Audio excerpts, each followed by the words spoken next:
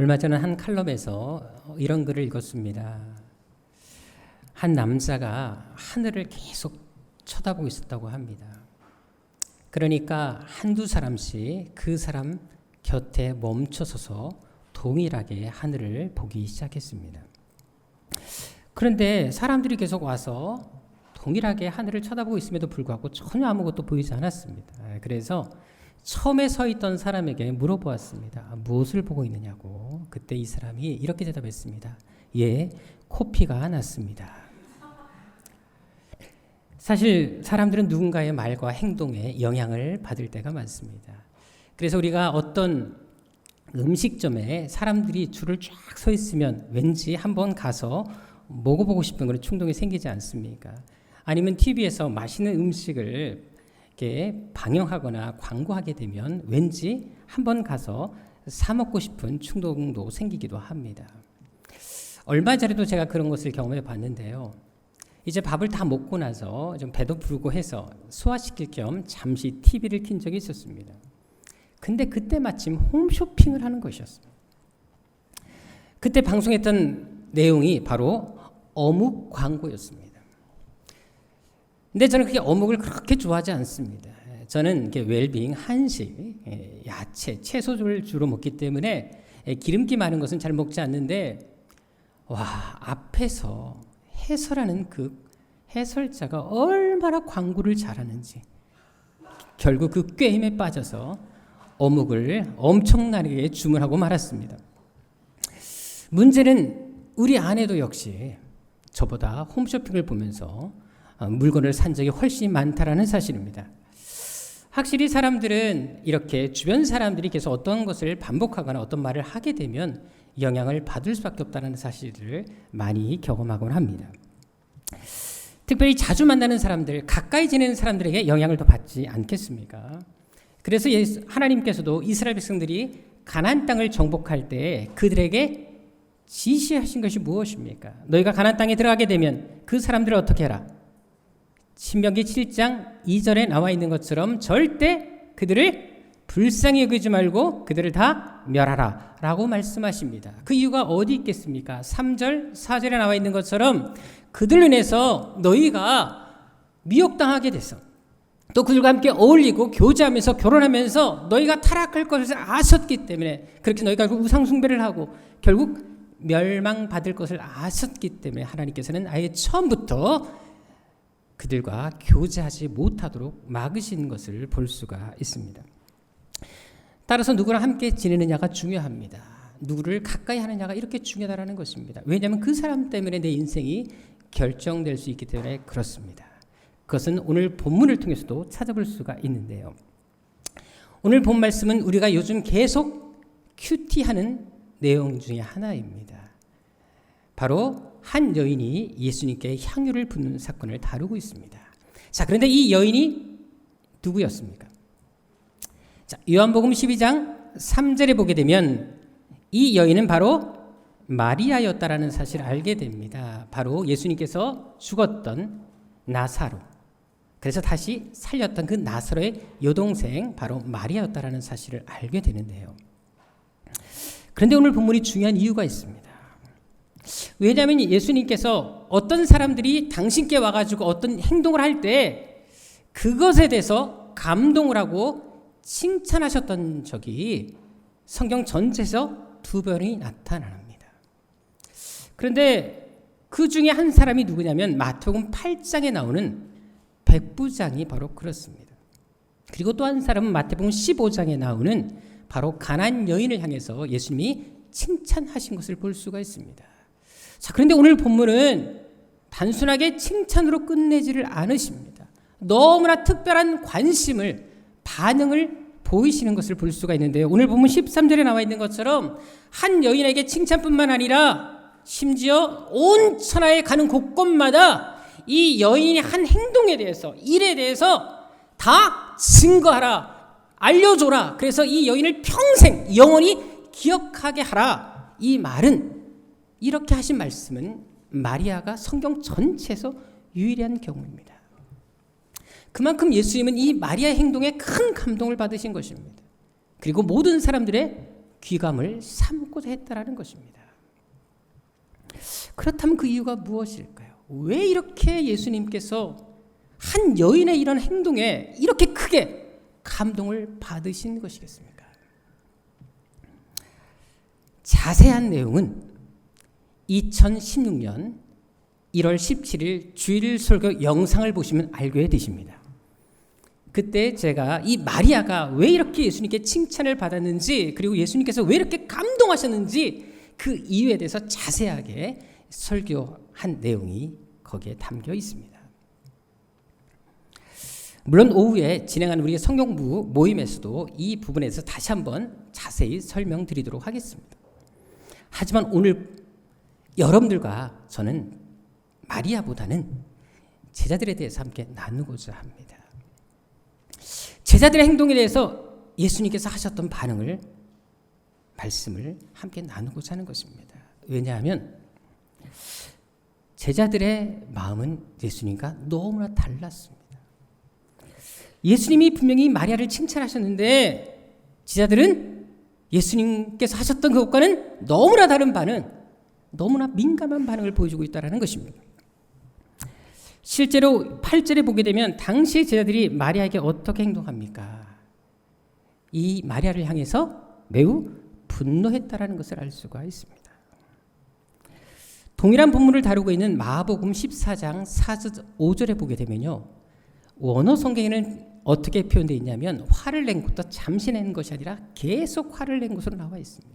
심지어 그 여자를 향해, 마리아를 향해 심한 책망을 이어가고 있었다는 사실이 증거되고 있습니다. 그러니까 마리아 행동을 보고 이 제자들은 분노했을 뿐만 아니라 화도 냈고 계속해서 마리아 행동에서 끊임없이 말로 책망하고 있었다는 것입니다. 자, 그럴 때 이 마리아가 받은 상처가 또 얼마나 컸을까요?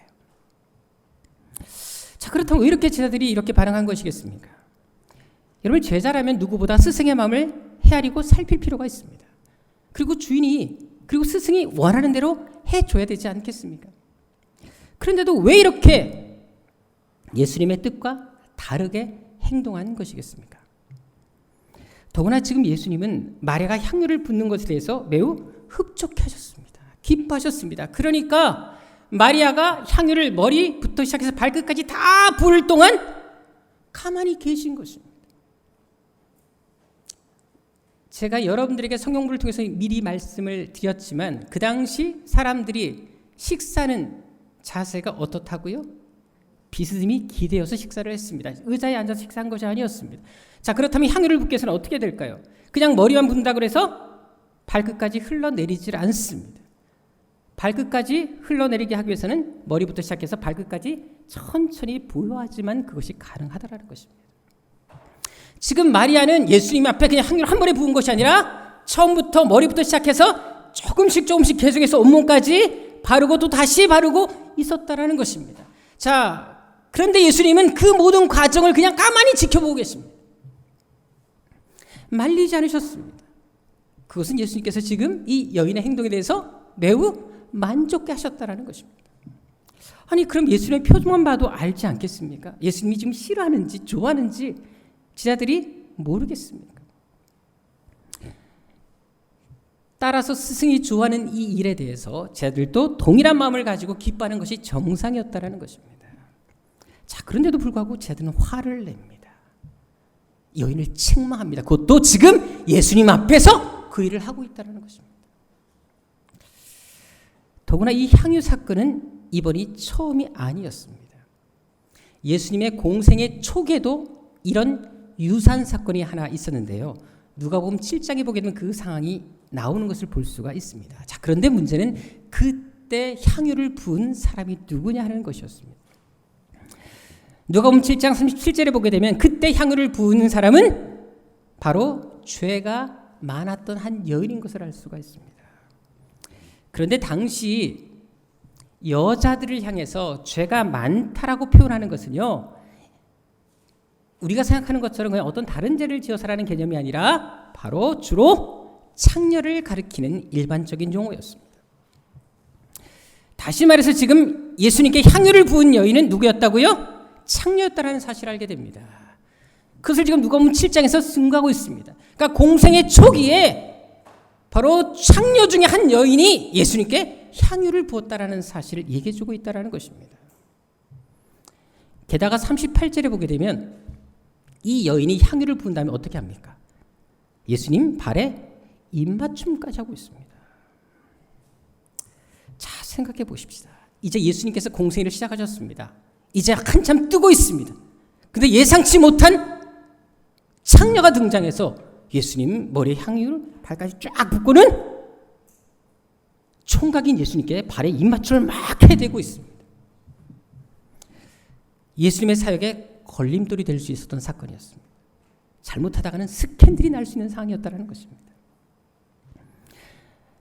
따라서 만일 제자들이 화를 낸다면 당연히 이때 화를 내는 것이 정상이었습니다.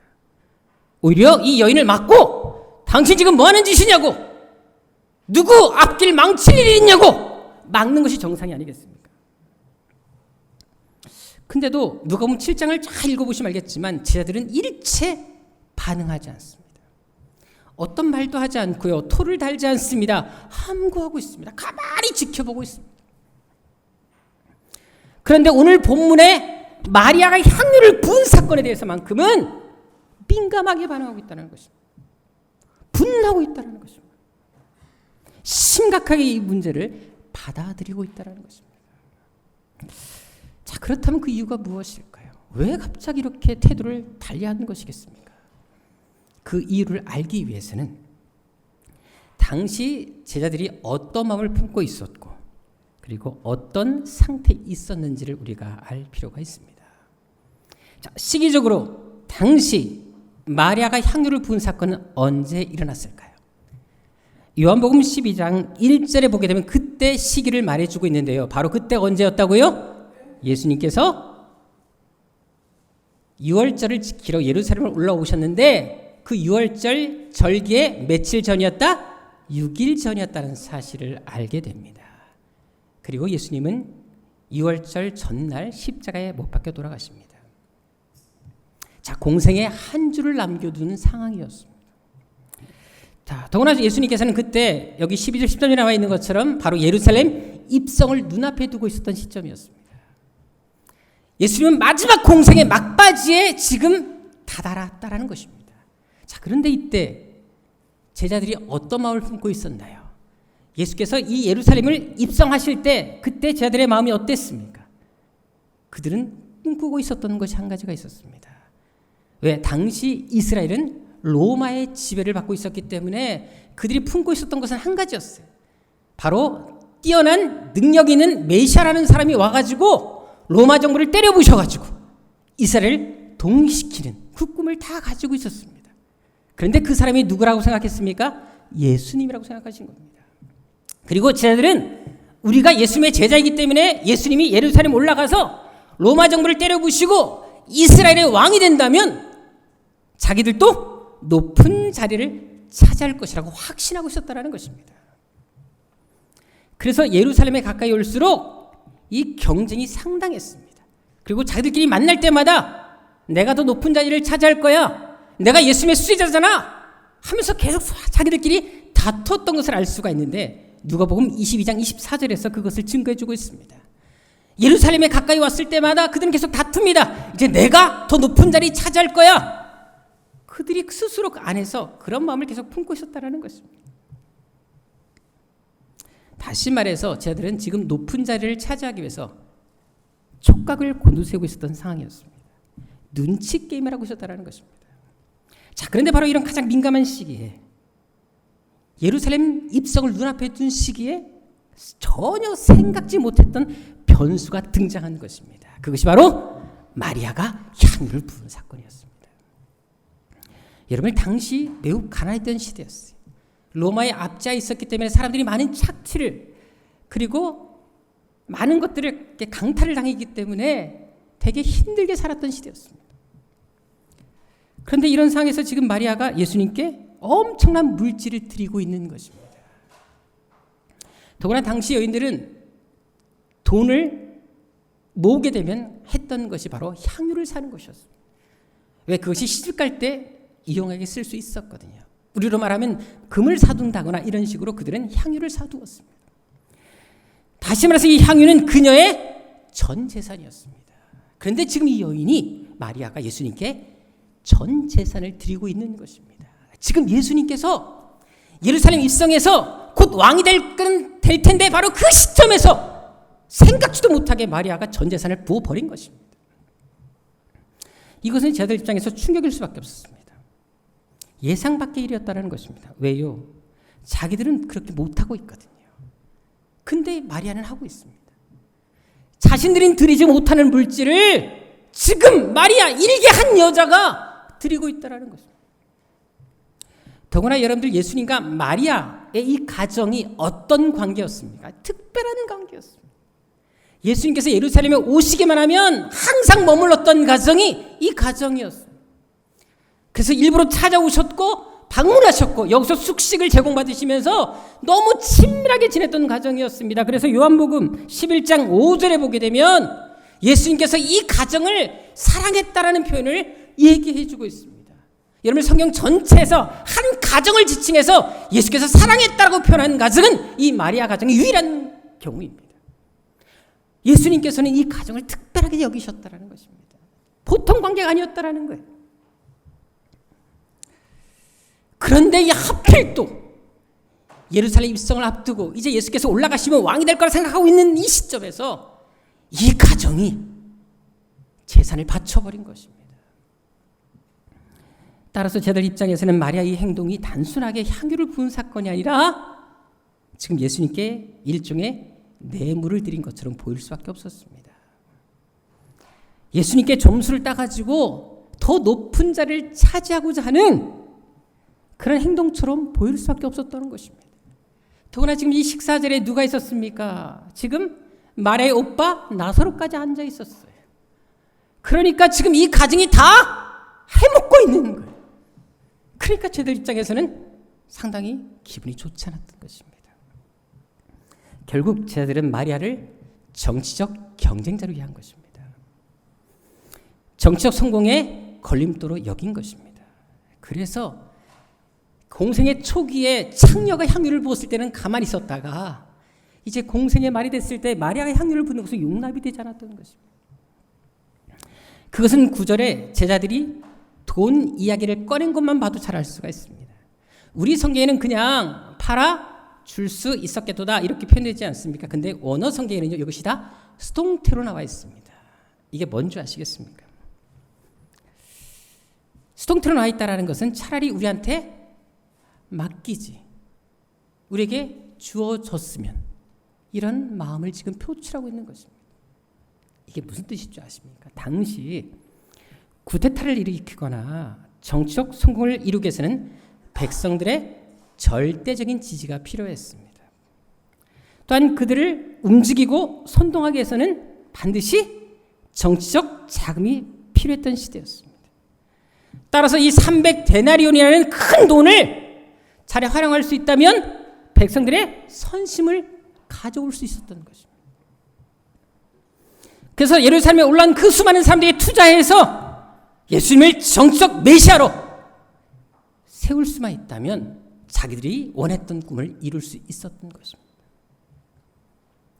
그래서 예루살렘 입성을 눈앞에 두고 돈이 더 절실했던 것이 정치적 자금이 필요했던 것입니다. 그래서 이 말을 이야기할 때 단순하게 네가 팔아란 뜻이 아니라 우리에게 맡겼으면 우리가 팔고 우리가 알아서 나눠줬을 텐데라는 안타까움의 표현에서 수동태로 이 말을 표현한 것입니다. 네가 그렇게 하지 말고 우리에게 맡겼으면, 우리가 처분할 수 있게 해주었다면 더 가치 있는 일, 예수님을 정치적인 매사로 쓸 수 있었을 텐데 하면서 안타까움의 표현이었다는 사실을 우리는 알 필요가 있습니다. 결국 제자들은 지금 개인적인 욕심에 완전히 사로잡혀 있었던 것입니다. 마리아가 예수님께 품은 선한 동기에 관심이 없습니다. 예수의 마음도 필요가 없습니다. 오직 자기들의 생각에만 젖어 있었던 것을 알 수가 있습니다. 자, 그렇다면 제자들이 평소에는 그렇게 서로 경쟁하고 다투었는데 왜 이때만큼은 이렇게 한마음 한뜻이 되었을까요?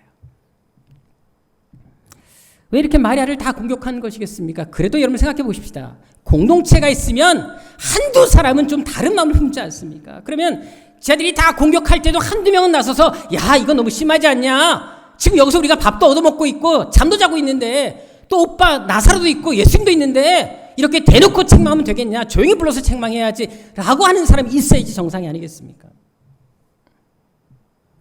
근데 아무도 말리지 않습니다. 모든 사람들이 한마음이 돼서 마리아를 공격하고 있습니다. 하나같이 동일한 마음을 품었다라는 것입니다.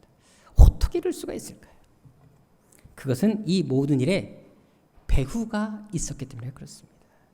이것을 선동하고 주도한 사람이 있었습니다.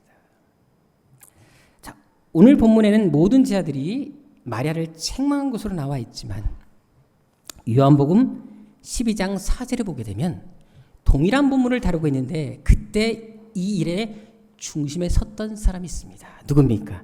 바로 가룟 유다였습니다. 결국 가룟 유다 한 사람이 중심에서 이 모든 것을 주도했다라는 것입니다. 분위기를 잡았다라는 것입니다. 그런데 다른 11명의 자들이 거기에 다 넘어가 버린 것입니다. 거기에 동조해버리고 말았습니다. 한 사람으로 일에 시작된 이 불평불만이 다른 사람들에게 전염되면서 동일하게 이 사건이 일어나게 된 것입니다. 그래서 우리가 누구를 가까이 하느냐가 이렇게 중요합니다. 왜냐하면 그 한 사람으로 인해서 내가 영향을 받을 수 있기 때문에 그렇습니다. 여러분 실제로 사자성에도 어떤 말이 있죠? 근묵자흑이란 말이 있습니다. 먹을 가까이 하면 나도 모르게 검어진다라는 뜻인데요. 나쁜 사람을 가까이 하면 착한 사람도 나쁘게 변한다는 것을 강조한 표현입니다. 그래서 우리 어렸을 때 부모님들이 항상 자기들이 밖에 나갈 때마다 했던 말이 뭡니까? 밖에 나가서 누구랑 놀지 말아라. 나쁜 애들과 놀지 말아라. 이런 말을 되게 많이 했습니다. 실제로 한 전문 컨설팅 회사 대표로 계시는 신경수라는 분이 계시는데요. 그분이 그런 얘기를 하실 것을 보았습니다. 같은 동네에 자란 친구 중에 신동이라고 불릴 만한 아주 똑똑한 애가 있었다 그래요. 공부를 얼마나 잘했는지 중학교 졸업할 때는 전교 1등으로 졸업해갖고 교육감 상까지 받은 아이였다고 합니다. 그리고 고등학교 입학했을 때에도 공부를 너무 잘하고 또 공부에 대한 욕심이 많아서 이 아이가 집에서 고등학교까지 거리가 좀 있으니까 어떻게 했냐? 아예 학교 바로 옆에다 하숙집을 얻어가지고 그 시간 아낀다고 공부할 정도로 아예 정말 공부에 미친 아이가 있었다 그래요. 사람들이 다 기대했답니다. 이 아이는 정말 뭐도 돼도 크게 되겠다 생각했다는 것입니다. 근데 이 아이가 그렇게 공부 잘했던 아이가 고등학교 졸업할 때는 전교 1등으로 들었던 애가 중간 성적으로 졸업했다고 합니다. 다 사람들이 충격을 받았어요. 근데 이유가 뭔지 아십니까? 하숙 생활을 할 때 이 하숙집에 바로 옆방에 불량배들이 있었던 거예요. 걔들과 어울리기 시작했습니다. 그들과 어울리면서 술을 배우게 됐고요. 담배를 배우게 됐다고 합니다. 그러면서 밤마다 그 아이들과 어울리면서 조금씩 공부가 멀어졌다는 것입니다. 그래서 주위 사람들도 천재 하나가 나쁜 친구들 때문에 인생 망쳤다라고 다들 안타까워했다는 것입니다. 그런데 그와 반대의 경우도 있었다고 합니다. 완도에서 올라온 김준구라는 애가 있었다고 합니다. 이중구가 아니라 김준구라는 아이가 있었다고 합니다. 근데 이 아이는 아예 공부하고는 담싼 아이. 항상 등수를 세도 뒤에서 세는 것이 편할 아이. 그 정도로 공부에 대해서 무관심했던 아이가 있었는데요. 정말 선생님한테도 존재감이 없었다고 합니다. 근데 이 아이가 고등학교 와서 분명히 고등학교 입학할 때만 해도 그렇게 뒤쪽에서 간신히 턱걸이에서 들어온 아이인데 졸업할 때는 상위 3% 안에 들고 원하는 의대까지 들어간 일이 있었다고 합니다. 그래서 그 이유를 물어봤는데 고등학교 2학년 때부터 공부 잘하는 애들 옆에 붙어 있었다 그래요. 붙어 있으면서 야, 니들 어떻게 공부를 잘하냐 물어봤더니 그 아이들이 공부하는 요령을 알려주더라는 것입니다. 그래서 계속 붙어 있었대요.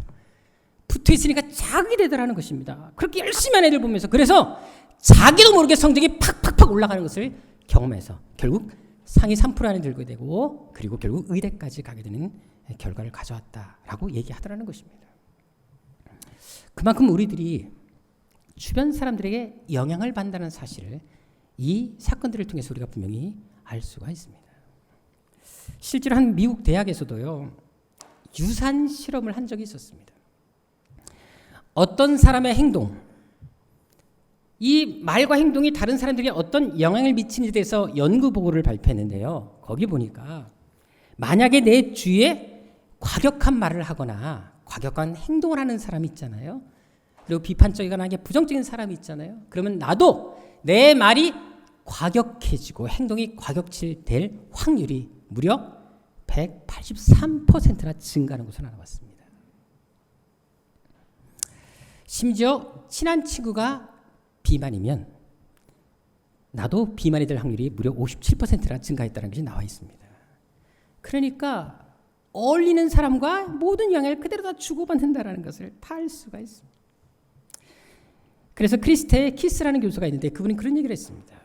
사람 사이에서 퍼져 나가는 것은 병균뿐만 아니라 말과 행동도 전염된다. 여러분, 그것은 성경에서도 얼마든지 찾아볼 수가 있습니다. 이스라엘 백성들이 하나님의 특별한 은혜를 입어서 애굽에서 나와서 가나안 땅으로 향해 가고 있었을 때 성인 남녀 100만 명이 넘는 사람들이 광야에서 다 죽임을 당한 사건이 있습니다. 분명히 하나님께로부터 약속의 언약을 받았음에도 불구하고 그 100만이 넘는 사람들이 안타깝게도 다 광야에서 멸망을 당했다는 것입니다. 그런데 그 이유가 무엇입니까? 민수기 14장 36절 37절에 보게 되면 가나안 땅을, 약속의 땅 가나안 땅을 정탐하고 왔던 그 10명의 사람들의 말에 미혹당해서 그들이 말했던 그 악평에 영향을 받아서 동일하게 불평하고 악평하다가 하나님께로부터 심판을 받았다는 것을 알 수가 있습니다.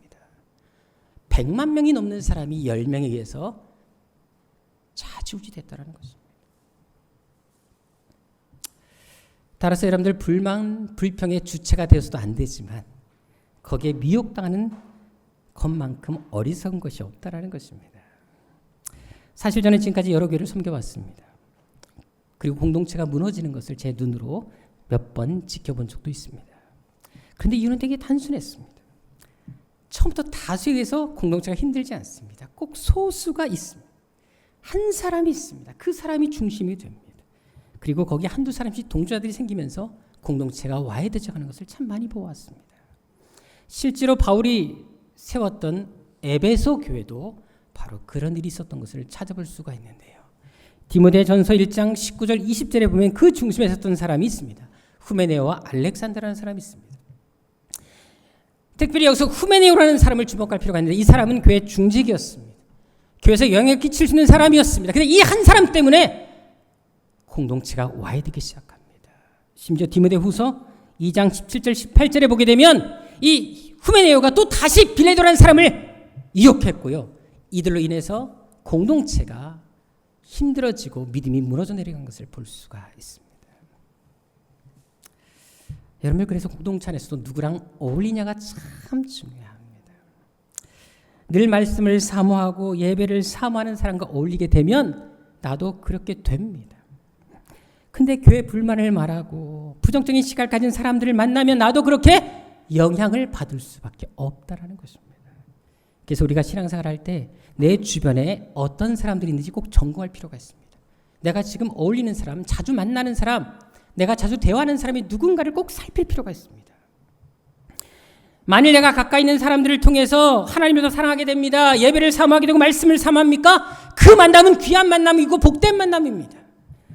그런데 그 사람 만날수록 이야기하고 대화 나눌수록 교회에 대한 불만이 생깁니까? 실망이 생깁니까? 예배와 멀어집니까? 말씀과 멀어집니까? 그럼 그건 틀림없이 사단이 역사하고 있다는 사실을 꼭 기억하실 필요가 있습니다. 그래서 바울도 로마서 16장 17절에 이렇게 말씀합니다. 내가 너희를 정말 진심으로 부탁하고 권면한다. 만약 분쟁을 일으키거나 교회를 거치게 하는 자들이 있으면 그들을 살펴서 그들에게서 떠나라. 아예 상종육자 하지 말라라고까지 말해요. 왜? 공동체가 와해되는 것이 더 무섭기 때문에 이렇게 말씀까지 하고 있는 것입니다. 그래서 베드로서 3장 11절에도 나와 있는 것처럼 그렇게 한 사람이 주종이 됐을 때 많은 사람이 미혹에 끌려서 우리가 영생으로부터도 멀어질 수 있다는 사실을 꼭 기억할 필요가 있습니다. 사실 예수를 안 믿으면 당연히 세상에서 죄를 짓게 되고 또 죄인지도 모르고 그렇게 살다가 지옥 가게 됩니다. 하지만 교회 다님에도 불구하고 믿음 생활을 잘하였음에도 불구하고 이렇게 지옥 가는 이유는 미혹당해서 이런 일이 발생할 수 있었다는 사실을 성경은 증거하고 있는 것입니다. 그래서 날마다 우리는 우리 주위의 사람들을 체크하셔야 됩니다. 이 사람을 만남으로 해서 내 신앙이 성장하고 있는지, 더 하나님을 사랑하게 되고 있는지, 예배를 삼하는지, 아니면 점점 교회가 멀어지는지 알 필요가 있습니다. 왜? 우리의 인생이 걸린 문제이기 때문에 그렇습니다. 그래서 이왕이면 교회 신앙생활 할 때 믿음 좋은 사람과 가까이 하십시오. 딱 보세요. 딱 봤을 때 저 사람 뺀질거린다? 그럼 조금 경계하십시오. 근데 저 사람 늘 신앙생활 잘해요. 기도생활 열심히 하고 말씀 사모하고 예배를 사모하고 늘 모든 공적인 예배 모임에 다 참석합니까? 붙어 있으세요. 떨어지는 떡국물이 반드시 있게 되어 있습니다. 그래야지 내 신앙이 성장하고 내 스스로를 지킬 수 있다는 것입니다. 왜? 갈수록 세상이 악해져 갑니다. 여러분들, 사단은 자기가 사탄이다 나타나지 않습니다. 광명한 천사로 가정에서 나타납니다. 바로 교회 안에 공동체 안에 바로 그렇게 친한 사람들을 통해 얼마든지 미혹할 수 있다는 사실을 기억할 필요가 있습니다. 그래서 잠언서 13장 20절에도 어떤 말씀이 있습니까? 지혜로운 자와 동행하면 내가 지혜를 얻습니다. 근데 미련한 자와 사귀면 해를 받습니다. 불신자들과 사귀면 어쩔 수 없어요. 술과 담배 속에 살 수밖에 없고 세상적인 문화 속에 살 수밖에 없습니다. 하지만 믿음의 사람, 경건한 사람, 말씀의 사람과 어울리게 되면 성경 한 구절 더 보지 않겠습니까? 더 예배를 사모하지 않겠습니까? 하지만 오늘 본문에 가른 유다들 그렇게 하지 않았습니다. 점점 자기 욕심을 키워나갑니다. 근데 그걸 혼자로 끝내지 않고 제자들까지 전염을 시켜버리고 말았습니다. 모든 제자들이 여기에 다 영향을 받았다는 것입니다. 그래서 마리아의 행동을 비난하고 책망한 것입니다. 그런데 이 불만이 여기서 끝나지 않습니다. 여러분, 사람의 성품은 쉽게 변하지 않습니다. 부정적인 생각을 가진 사람들의 인생이 긍정적으로 바뀐다? 이건 정말 쉽지 않습니다. 하나님께서 두들겨 패고 완전히 꼭 깨뜨리지 않으시면 사람은 바뀌지 않습니다. 이 불만이 여기서 끝나지 않습니다. 10절에 보십시다. 예수님께서 제자들을 책망합니다. 대놓고 말하고 말씀하셨습니다. 그리고 마리아 편을 들어주셨거든요. 자, 그러니까 어떻게 그들이 반응합니까? 여러분, 당연히 돌이켜야죠. 우리가 잘못했구나. 틀렸네. 바로 마음을 돌이켜야죠. 그런데 14절 15절을 보게 되면 이 사건을 계기로 바로 가룟 유다는 예수님을 배반하기로 결심합니다. 사람의 성품이 달라지지 않습니다. 왜? 예수님께서 볼 때 마리아만 챙겨주는 것처럼 보이거든요. 유다 입장에서는 예수님이 마리아만 편애하는 거예요. 또 자신들의 의견을 묵살시켜버린 거예요. 자신들의 뜻에 조금도 동해주지 않은 것입니다. 서운하지요. 섭섭하지요. 그래서 등을 돌린 것입니다. 나중에 제가 가룟 유다에 대해서 설교를 따로 한번 하겠습니다. 정말 가룟 유다가 돈 때문에 예수를 팔았다고 생각하십니까? 절대 그렇지 않습니다. 그 부분은 제가 따로 한번 설교를 하도록 하겠습니다. 중요한 것은 제자들 중에 가장 똑똑했고 가장 신임받았던 사람이 가룟 유다였다는 것입니다. 그런데도 결국 배반자의 길을 간 것을 보십시오. 만일 이때 가룟 유다가 예수의 말씀을 듣고 바로 회개하고 돌이켰다면 얼마나 좋았을까요? 예수님이 마리아를 칭찬하시고 이 여인을 기념하라고 말씀하실 때 아멘! 그것을 좋게 받아들이고 나도 저 여인처럼 예수 믿어야 되겠다라고 그 여인의 믿음, 신앙, 섬김을 하나의 모델로 삼았다면 그의 인생이 어떻게 됐겠습니까? 틀림없이 예수님의 제자들 중에 가장 위대하게 크게 쓰임받는 일꾼이 되었을 것입니다. 하지만 뛰어난 능력을 갖추고도 훌륭한 자질을 갖추고도 있음에도 불구하고 매사에 부정적이고 불만을 품었기 때문에 비판적인 시각을 가졌기 때문에 그는 하나님께 버림받게 된 것입니다. 수많은 장점에도 불구하고 결국 잘못된 이런 사고, 생각 이것이 그의 인생을 망쳤다는 것입니다. 그래서 우리는 공동체 안에서도 좋은 것을 보려고 해야 합니다. 서로 아껴주고 사랑하고 정말 어떻게 하면 내가 하나님을 기쁘시게 할까? 내가 더 말씀의 사람이 될까? 예배의 사람이 될까? 고민하는 것이 신앙의 모습이 아니겠습니까? 행복한 공동체를 만들어갈 의무가 우리에게 있다는 것입니다. 왜요? 에베소 5장 25절에 나와 있는 것처럼 예수님께서 그렇게 교회를 사랑하십니다. 자기 몸을 주신 같이 이 교회를 세우기 위해서 십자가에 죽기까지 헌신하시고 섬겼기 때문에 이 교회를 세우라는 것이 바로 하나님을 기쁘시게 하는 것을 아시기 때문에 우리는 이 교회를 위해서 그렇게 헌신해야 될 필요가 있다는 것입니다. 사실 사회에서 종종 칭찬합시다 그런 프로를 하지 않습니까? 저는 가끔 그런 생각을 해요. 사회에서 그런 좋은 프로그램이 교회 안에 좀 들어왔으면 좋겠다라는 마음입니다.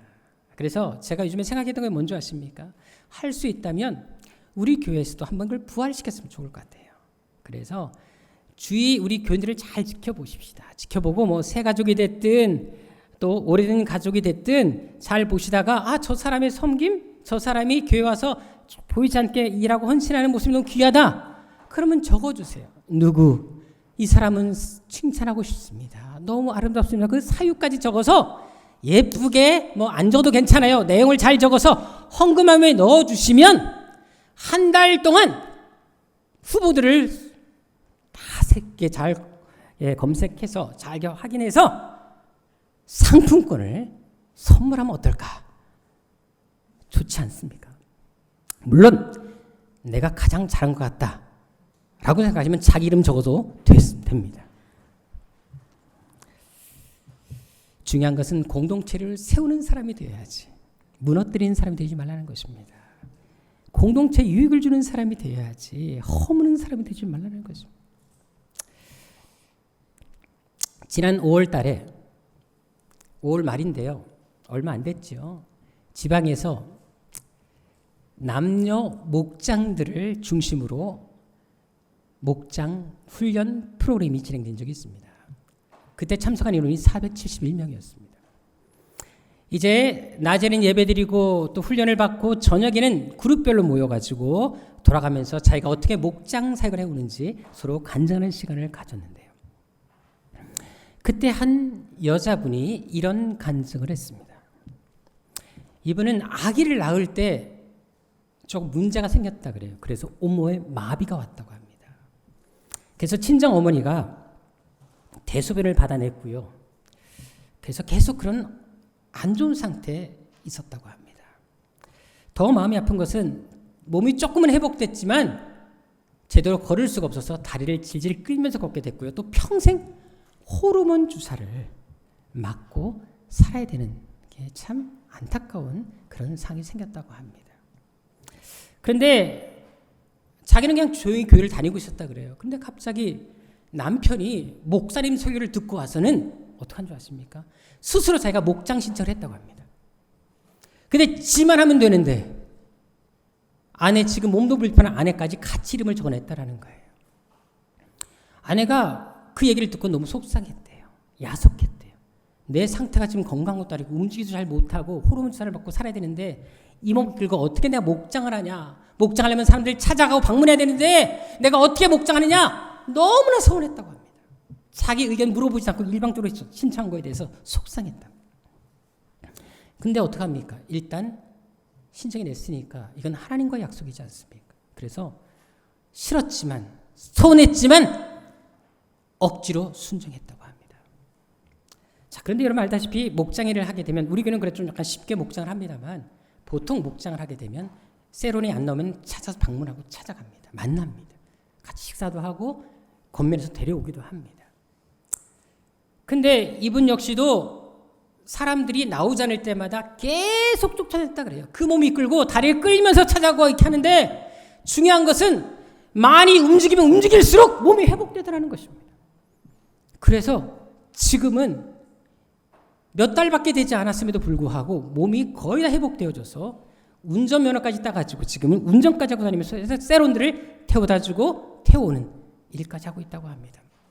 그래서 정말 감사한 것은 자기가 하나님께서 목장으로 세우게 하시는 것 지금 너무나 감사하다라는 이야기를 직접 간증하신 것을 보았습니다. 여러분들 하나님을 위해서 시간을 들이고 마음을 들이고 물질을 드립니까? 절대 하나님께서는 우리에게 손해보게 하지 않습니다. 하나님이 살아계시다면, 정말 성경의 이야기들이 사실이라면 하나님의 역사가 우리 삶에 일어나지 못할 이유가 어디 있겠습니까?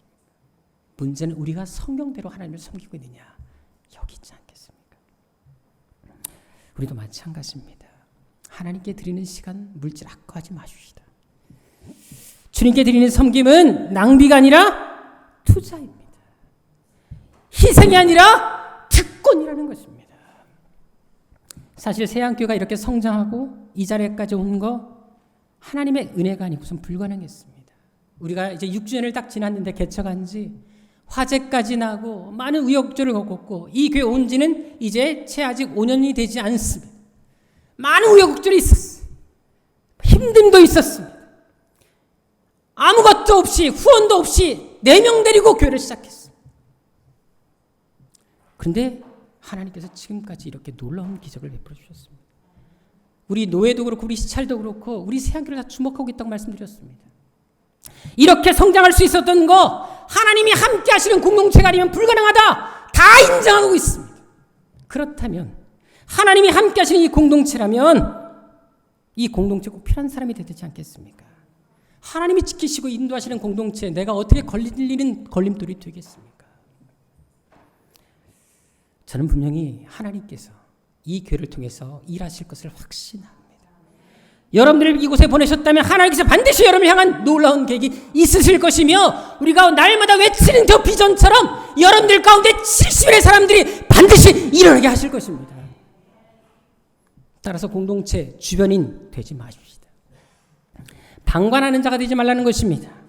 중심에 서서 적극적으로 헌신하는 섬기는 자들이 되시라는 것입니다. 예배를 사모하고 말씀을 사모하며 어떻게 하든지 간에 하나님의 복을 나의 것으로 만들 수 있는 그런 결단, 피곤하고 힘들다고 교회를 빠지고 예배 빠지고 세상 문화에 좋아서 그 시간들 버리는 것이 아니라 주님 오실 날이 멀지 않았는데 일주일에 그 수많은 시간들 중에 몇 시간만이라도 하나님 말씀을 투자하고 예배를 시간을 사모하는 그런 사람들이 되지 않겠습니까? 우리가 이 공동체를 위해서 그렇게 하나님 앞에 마음을 드리고 더불어 서게서 결단한다면 반드시 하나님께서 오늘 본 마리아에게 주셨던 놀라운 복들처럼 영원히 여러분들의 이름을 기억하실 것이며 여러분들이 가는 곳곳마다 하나님이 임마누엘을 통해 해주실 것이며 여러분들의 이름이 후대 위대한 자의 이름처럼 이 세상에서 가장 존귀한 자의 이름처럼 만들어 주실 것입니다. 우리 새안교회가 바로 그런 비전에 그런 은혜에 여러분들이 머무르시고 그렇게 쓰임받는 여러분 되시기를 주님으로 축원합니다. 기도하겠습니다. 아버지 하나님, 많은 사람들이 믿음에서 떠납니다. 교회에서 멀어져 갑니다. 이전에 가졌던 열심에서 점점점 멀어져 가고 있습니다. 그 이유가 어디 있을까요? 한때는 열심히 말씀도 읽었고 묵상도 했습니다. 예배도 사모했고 공예배 다 나왔습니다.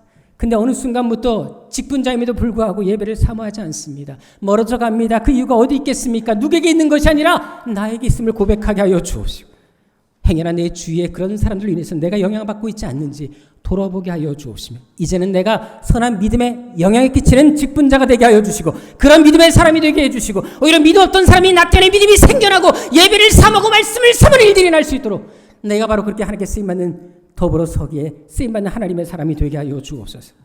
아버지 하나님, 이 교회는 하나님이 세우셨습니다. 하나님께서 이끌어 가실 것입니다. 놀라운 봉도 지금까지 허락해 주셨고 6년 만에 하나님의 기적을 베풀어 주셨습니다. 반드시 하나님께서 이 교회를 사용하실 것이며 이 교회에 보내주신 당신의 사람들을 통해 하나님의 역사를 만들어 가실 것입니다. 그 비전의 주인공이 되게 하여 주옵시고 우리가 날마다 외치는 것처럼 하나님의 자부심이 되고 하나님의 자랑이 되며 하나님의 자존심을 지켜드리는 새안교회 공동체, 새안교회 성도 되게 하여 주옵소서. 존귀하신 예수님의 이름으로 기도드립니다.